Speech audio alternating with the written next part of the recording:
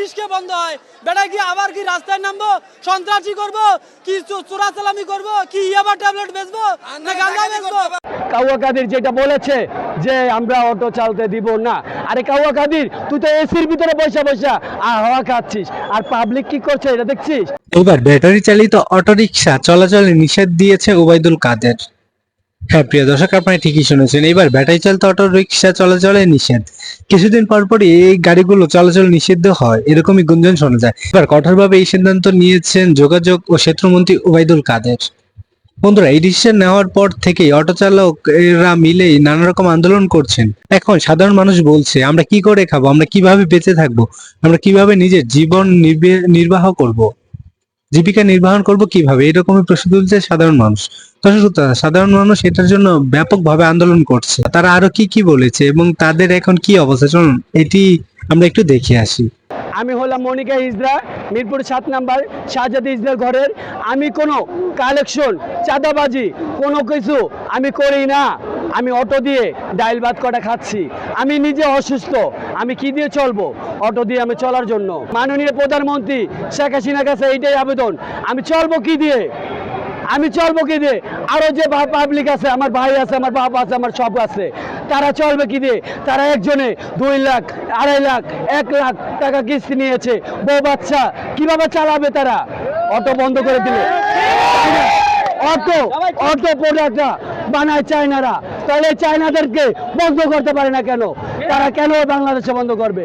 গাড়ি টাকা দিয়ে আমরা গাড়ি কিনছি, কিস্তি টাকা দিয়ে, আমাকে টাকাটা দিয়ে দিক, কিস্তি টাকা গাড়ি বন্ধ করে দিক, সমস্যা নাই।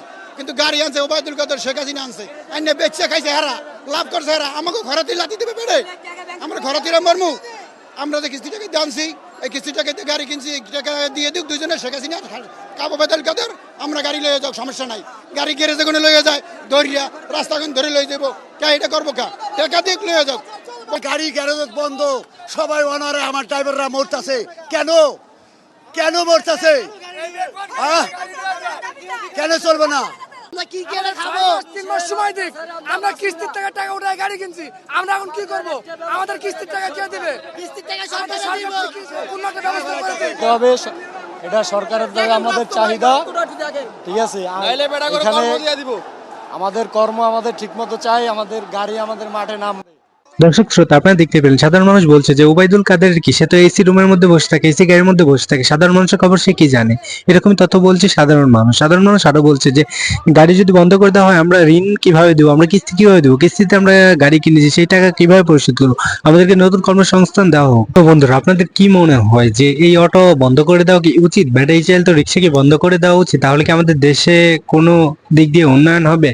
আর যদি অটো রিক্সা বন্ধই করে দেওয়া হয়, তাহলে যে সব অটো রিক্সা চালক ছিল তারা কি করবে? তাদের জন্য তো অবশ্যই কর্মসংস্থান সরকার করে দেওয়া উচিত।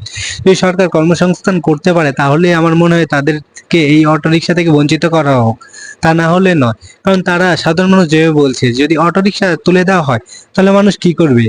যে গাঁজা বিক্রি করবে, যে কি ইয়াবা বিক্রি করবে, নাকি ছিনতাই করবে, নাকি খারাপ কাজ করবে? এই মানুষগুলো কি করবে? এরকম প্রশ্ন তুলছে সাধারণ মানুষ। তো দর্শক বন্ধুরা, আপনাদের কি মনে হয়? অবশ্যই আপনাদের গুরুত্বপূর্ণ মন্তব্য কমেন্ট বক্সে জানিয়ে যাবেন। ধন্যবাদ।